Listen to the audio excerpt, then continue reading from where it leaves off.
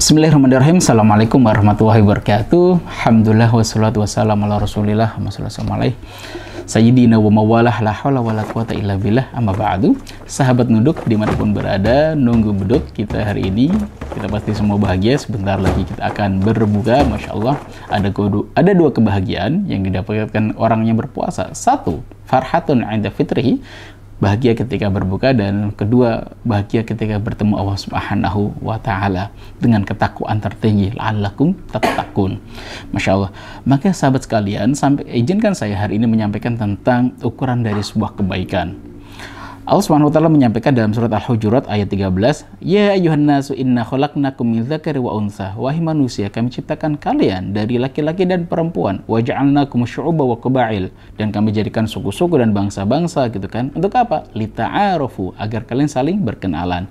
Dan di sini garis besarnya adalah inna akramakum 'indallahi atqakum. Orang yang paling mulia di antara kalian, orang paling mulia di antara kita semuanya. Seluruh bermiliar-miliar manusia ini, siapa di antara mereka paling mulia? Adalah orang yang paling bertakwa. Atqakum innallaha alimun khabir. Allah Maha mengetahui lagi. Allah Maha mengetahui. Nah, di sini persoalannya adalah yang dijadikan standar bahwa orang itu paling mulia, paling keren, gitu kan? Orang paling the best lah kira-kira gitu kan. Itu adalah ketakwaannya, bukan angka di dalam saldo rekeningnya, bukan banyaknya emas yang dimiliki, bukan banyaknya mobil yang dimiliki, bukan seberapa cantik pasangan atau ganteng pasangannya, tapi kemuliaan tadi adalah berdasarkan kepada ketakwaannya. Persoalan selanjutnya adalah ketakwaan itu tidak tampak displaynya. Wah, dia takwa banget, dia orang soleh banget. Ternyata nggak sedikit di antara orang-orang yang dianggap soleh di hadapan manusia, tapi tidak soleh di hadapan Allah. Nah, ketakwaan sudut pandangnya adalah sudut pandang Allah Subhanahu wa Ta'ala. Maka tidak mudah kita untuk menjudge orang lain, menghakimi orang lain, oh dia orang soleh, atau dia na'udzubillah dia kurang soleh, gitu kan. Oh, saya lebih soleh daripada dia. Maka yang itu tidak boleh. Kenapa? Itu semua hanyalah hak prerogatif dari Allah Subhanahu wa Ta'ala. Maka kita pahami dahulu, beberapa orang ketika dia merasa sombong, gitu kan, merasa lebih baik daripada orang lain, lebih bertakwa daripada orang lain, itu ada beberapa alasan. Satu, secara harta lebih banyak. Oh iya, ada kelebihan-kelebihan itu, dia merasa lebih daripada orang lain, yang menjadikan dia ada rasa sombong. Ada beberapa hal yang menjadikan orang itu jauh dari ketakwaannya. Ada orang yang merasa dirinya lebih baik daripada orang lain, gitu kan, karena ada kelebihan-kelebihannya. Maka ingatlah nasihat Ibnu Qayyim menyampaikan dalam Fawaid, kitab Fawaid, siapapun di antara kalian terbebas dari tiga sifat ini, maka ia akan terlindung dari segala macam kejelekan. Satu, kekafiran itu berasal dari sifat sombong.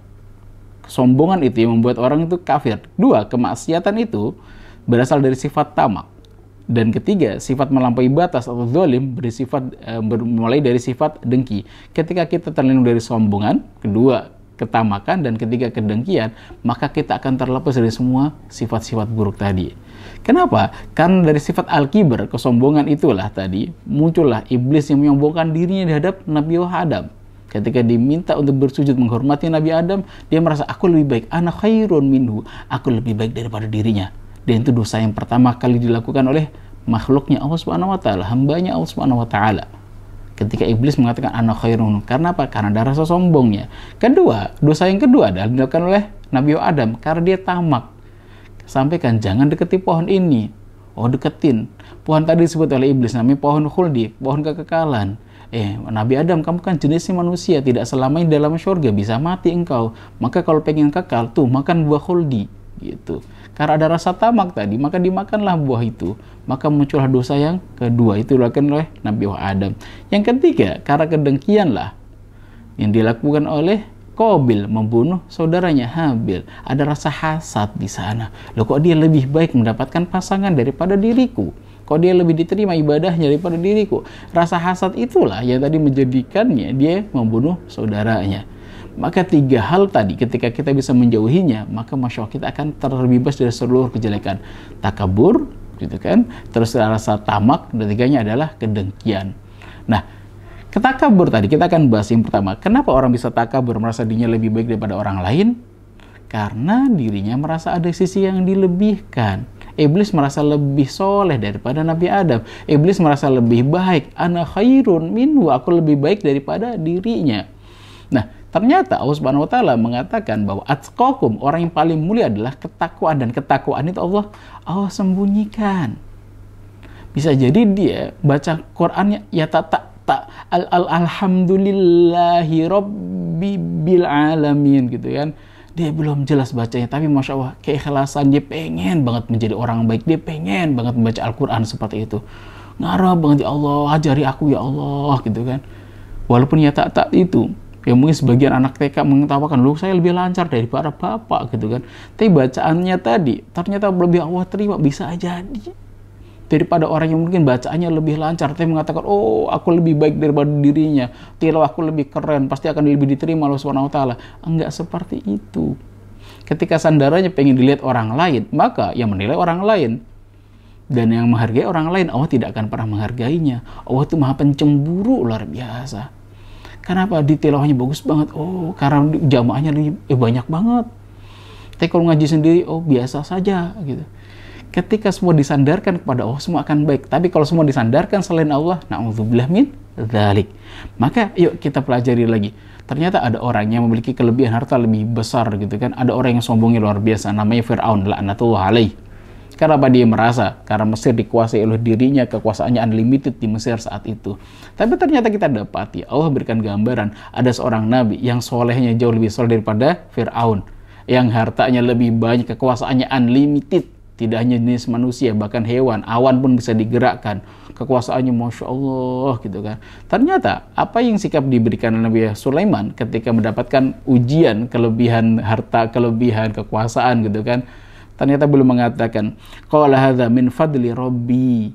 Ini adalah keanugerah dari Tuhanku. Liyabluwani, agar Allah dari situ tadi dengan kelebihan itu Allah mengujiku. Aashkuru am akfur? Apakah aku termasuk hamba Allah yang bersyukur atau yang kufur? Wa man syakara fa innama yashkuru li nafsihi. Siapapun yang bersyukur, dia bersyukur terhadap dirinya sendiri. Wa man kafara fa inna rabbi ghaniyyun karim. Ketika dia kufur, Allah tuh nggak butuh apapun dan maha mulia. Dan beliau juga berdoa di dalam doanya, Rabbi auzi'ni an ashkura ni'mataka. Ya Allah, anugerahkan pada diriku agar aku bisa mensyukur segala nikmat yang kau berikan. Banyak sekali nikmatnya. Semut lewat, itu kan lagi ngobrol. Kedengaran nama Nabi Sulaiman. Masya Allah. Sampai obrolan semut aja ngerti bahasanya. Luar biasa. Nikmat yang diberikan begitu banyak. Tidak menjadikan beliau sombong. Kekuasaannya unlimited. Awan bisa digerakkan. Pasukan ini tidak hanya jenis manusia, bahkan jin termasuk bagian dari pasukannya. Apakah beliau sombong dengan hal itu? Tidak. Terus kita ketika menjadi ketua RT, ketua RW, ataupun apapun itu jabatan yang terselipkan dalam diri kita, terus kita merasa sombong. Oh, saya lebih keren nih, saya lebih bagus nih daripada mereka. Na'udzubillah min dzalik. Maka yuk kembali lagi. Siapa orang mulia di antara kita? Bahkan ketika kita di Ramadan hari ini. Masya Allah, kamu khatam berapa kali? Oh, khatam 10 kali. Oh, aku dong 20 kali. Masya Allah. Merasa lebih mulia daripada yang lain? Belum tentu. Ketika ingin menyampaikan hal itu agar menyemangati para sahabatnya, boleh silakan. Masya Allah, alhamdulillah saya udah khatam 20 kali. Ayo, fastabiqul khairat. Kalau niatnya untuk fastabiqul khairat dengan para sahabat-sahabatnya, seperti Sayyidina Umar bin Khattab dengan Sayyidina Abu Bakar As-Siddiq, itu fastabiqul khairatnya Masya Allah. Pada suatu kejadian ketika Rasulullah meminta para sahabatnya untuk bersedekah, belum bersedekah. Oh, hari ini aku kalahkan Abu Bakar. Sedekahnya itu tadi, pengennya ada fastabiqul khairat yang mendapatkan ridhonya Allah. Pasti itu gak pernah terkalahkan Sayyidina Abu Bakar As-Siddiq. Belum bawa setengah harta yang blok. Oh, banyak banget. Ternyata Sayyidina Abu Bakar As-Siddiq datang lagi bawa banyak juga. Maka ditanya Sayyidina Umar, apa yang kau tinggalkan untuk keluargamu? Yang kau tinggalkan setengah ya Rasulullah. Maka ditanya Sayyidina Abu Bakar, apa yang kau tinggalkan untuk keluargamu? Allah wa Rasuluh, Allah dan Rasulnya. Kayak semua dibawa ke situ dan ditinggalkan hanya Allah dan Rasulnya.